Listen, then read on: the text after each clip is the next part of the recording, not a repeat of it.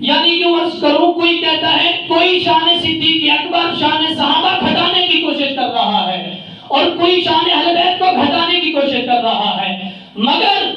Authentic فیصلہ جو پکا فیصلہ ہے سننا چاہیں گے؟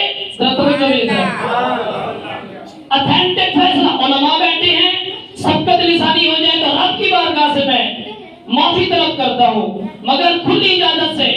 میں عرض کا گزاروں علماء کے درمیان کہ جہاں بھی سبقت لسانی ہو جائے، حق رکھتے ہیں میری اصلاح فرمائیں گے، اور میرا حق یہ ہے کہ قبول کروں اپنی غلطی کو۔ میرے پاک نبی کے دیوانوں، ایک کچھ ایسے ہیں جو کہتے ہیں صحابہ کو نہ مانا جائے، کچھ ایسے ہیں جو اہل بیت کی فضیلت میں کمی کرتے ہیں، مگر یاد رکھو جو شان صحابہ میں کمی کرنے کی کوشش کرتے ہیں وہ بھی صراط مستقیم پر نہیں ہے، اور جو اہل بیت کی شان میں کمی کرنے کی کوشش کرتے ہیں وہ بھی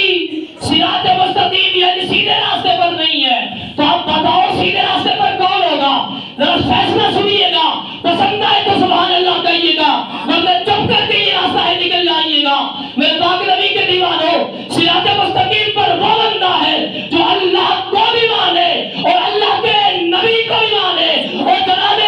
اللہ کے نبیوں کے تمام صحابہ کو بھی مانے، یوں کہو کہ علی کو بھی مانے اور اللہ کے ہر ولی کو بھی مانے۔ اب یہ بات جو تھی آپ کے سامنے رکھنا میرا حق تھا۔ اب کسی کو زور نہیں دے سکتا کہ مانے، تسلیم کرے۔ اپنے دل سے جب رات کو سو جاؤ نا، اپنے دل سے سوچنا کہ وہ سیدھے راستے پر ہے یا وہ بندہ سیدھے راستے پر ہے جو رب کو بھی مانتا ہے، رب کے نبیوں کو بھی مانتا ہے، علی کو بھی مانتا ہے، اللہ کے ہر ولی کو بھی مانتا ہے۔ سمجھ آ گئی بات؟ اس کے بعد دوسری بات، میرے پاک نبی کے دیوانوں، یاد رکھو حضرت سیدنا صدیق اکبر رضی اللہ تعالی عنہ اللہ کے نبی کے تمام انبیاء کے بعد اللہ کے نبی کے پہلے خلیفہ ہیں۔ اور دوسری بات اگلی یاد رکھیں، فضیلت، مقام، مرتبہ انبیاء اور مرسلین کے بعد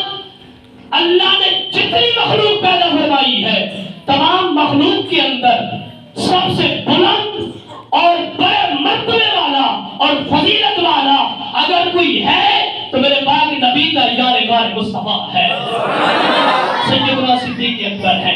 میرے پاک نبی کے دیوانوں، آپ پہلے خلیفہ، اس کے بعد دوسرے نمبر پر سیدنا عمر پاک کا نام آتا ہے، تیسرے نمبر پر جناب عثمان غنی ذوالنورین کا نام آتا ہے، چوتھے نمبر پر مولا مرتضی مشکل کشا کا نام آتا ہے۔ میرے پاک نبی کے دیوانوں، یا ہر صحابی نبی جنتی جنتی، ابو بکر صدیق بھی جنتی جنتی، عمر فاروق بھی جنتی جنتی، عثمان غنی جنتی جنتی، فاطمہ اور علی جنتی جنتی، اور حسنین بھی جنتی جنتی۔ میرے پاک نبی کے دیوانوں، امام بخاری نے اس بات کو لکھا، اور امام بخاری آپ کو علم نہیں ہے تو علماء جانتے ہیں، جس حدیث کے اندر شک ہو کمزوری کا امام بخاری قبول ہی نہیں کرتا۔ تو آپ اس بات سے اندازہ کریں، جو بندہ شک جس کے اندر ہو، تھوڑا سا شک آ جائے، اس حدیث کو قبول نہیں کرتا، تو جس نے اس حدیث کو لکھا ہے خود اندازہ کرے حدیث کتنے درجے والی ہوگی۔ میرے پاک نبی کے دیوانے توجہ فرمائیں، جناب محمد بن حنفیہ یہ حضرت علی کے بیٹے ہیں، سیدہ فاطمہ الزہرا سلام اللہ تعالی علیہا یہ بھی آپ کی والدہ، لیکن ان کے علاوہ اور عورت سے یہ ہے حضرت محمد بن حنفیہ، یہ کس کے بیٹے ہیں؟ بلند آواز سے بتائیں نا، حضرت علی کے بیٹے۔ اب یوں عرض کروں جو یہ عقیدہ بیان کیا جائے گا، کس کا کیا جائے گا؟ حضرت علی پاک کا۔ توجہ فرمائیے، بخاری شریف کے اندر یہ بات موجود ہے کہ محمد بن حنفیہ رضی اللہ تعالیٰ عنہ نے آپ نے اپنے والد ماجد سے پوچھا، بتاؤ کہ نبی اکرم نور مجسم صلی اللہ تعالی وسلم کے بعد سب سے بلند مرتبے والا، مقام والا اور امام کون تھا؟ تو میرے پاک نبی کے دیوانوں، حضرت علی ارشاد فرماتے ہیں سب سے پہلا نمبر، سب سے پہلی فضیلت والا مخلوقات کے اندر انبیاء کے بعد اور اگر کوئی تھا تو سیدنا صدیق اکبر، اور دوسرے نمبر پر فرمایا جناب عمر تھے، پھر تیسرے نمبر پر جب بات آئی تو محمد بن حنفیہ کہتے ہیں، یہ میں نے اپنے ابو سے کہا اس کے بعد تو پھر آپ کا نمبر ہوگا، آپ نے فرمایا نہیں میں تو ایک سادہ سا مسلمان ہوں، یہ آپ کی عاجزی تھی۔ تو میرے پاک نبی کے دیوانوں، اسی حدیث کے نیچے بڑی چھوٹا سا لکھا گیا ہے کہ لوگوں یاد، امام بخاری نے لکھا کہ لوگوں یاد رکھو یہ جو بات بیان کی گئی ہے اس بات پر تمام امت کا اتفاق ہے، کہتے سبحان اللہ۔ میرے پاک نبی کے دیوانوں، واضح ہوا حضرت علی کا عقیدہ یہ تھا کہ نبی کے بعد اگر کوئی بڑے مرتبے والا، مقام والا اور امام بن سکتا ہے تو صدیق اکبر بن سکتا ہے۔ میرے پاک نبی کے دیوانوں، اگلی حدیث پاک سماعت فرمائیں،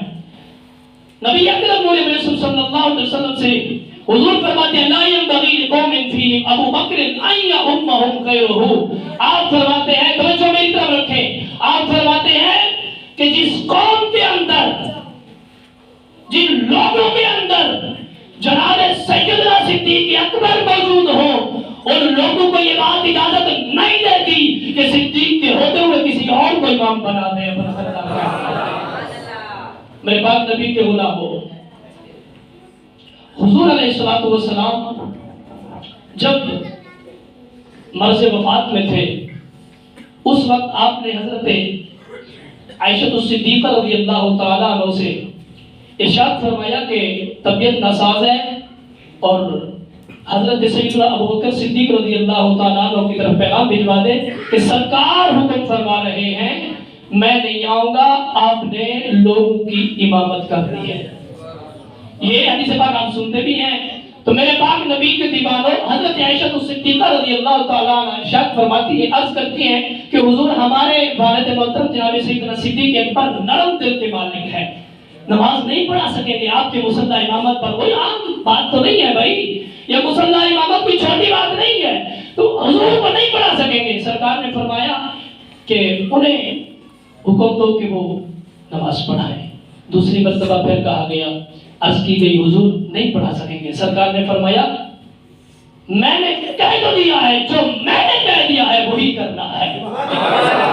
میرے پاک نبی کے غلاموں، حضرت صدیق اکبر نے مصلی امامت پر نماز پڑھائی اور تمام صحابہ نے پیچھے نماز پڑھی۔ تو میرے پاک نبی کے دیوانوں، سرکار نے مصلی امامت عطا کر کے فرما دیا لوگوں یاد رکھو نبی کے بعد اگر کوئی امام بن سکتا ہے تو نبی کے بعد سب سے پہلے نمبر پر سیدنا صدیق اکبر امام بن سکتے ہیں۔ یہاں پر اعتراض کیا جاتا ہے، دل کھول کے سنیں، اعتراض کیا جاتا ہے جناب والا خلافت میں مانتے ہیں امام سیدنا صدیق اکبر ہے، سیاست میں امام مانتے ہیں سیدنا صدیق اکبر ہے، لیکن روحانیت میں، ولایت میں وہ امام نہیں ہے، یہ اعتراض کیا جاتا ہے۔ میرے پاک نبی کے دیوانوں یاد رکھو، خلافت اور سیاست آپ کو پتا ہے سیاست کسے کہا جاتا ہے؟ یہ دنیاوی معاملات ہیں اور روحانیت دینی معاملات ہیں۔ مصلی امامت بھی بتائیں دینی معاملہ نہیں ہے، دنیاوی دینی معاملات۔ اب میں آپ سے پوچھنا چاہتا ہوں، مجھے بتاؤ اہم دنیاوی معاملات ہے یا دینی معاملات ہے؟ دینی معاملات ہے نا۔ یہ بات آپ اس چیز کا مطلب فیصلہ کرتے ہیں، گواہی دیتے ہیں کہ اہم معاملہ دینی ہے، تو جب مصطفیٰ نے پکڑ کر ابو بکر کو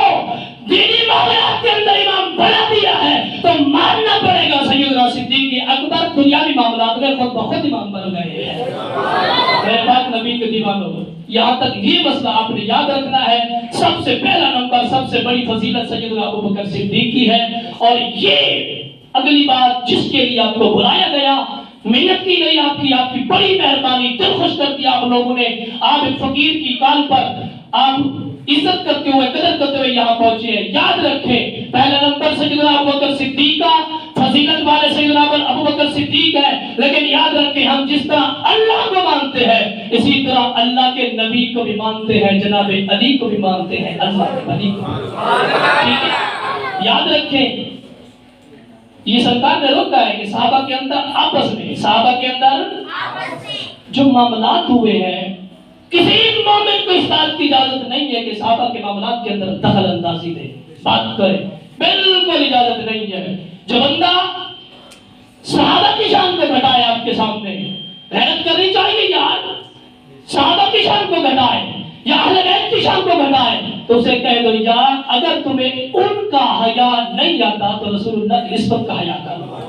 مہربانی کرو ہمارے سامنے زبان تاج نہ کرو، ہم ہر نبی کو بھی مانتے ہیں، ہر صحابی کو مانتے ہیں، اور اللہ جسے بنوایا اسے بھی مانتے ہیں، ٹھیک ہے۔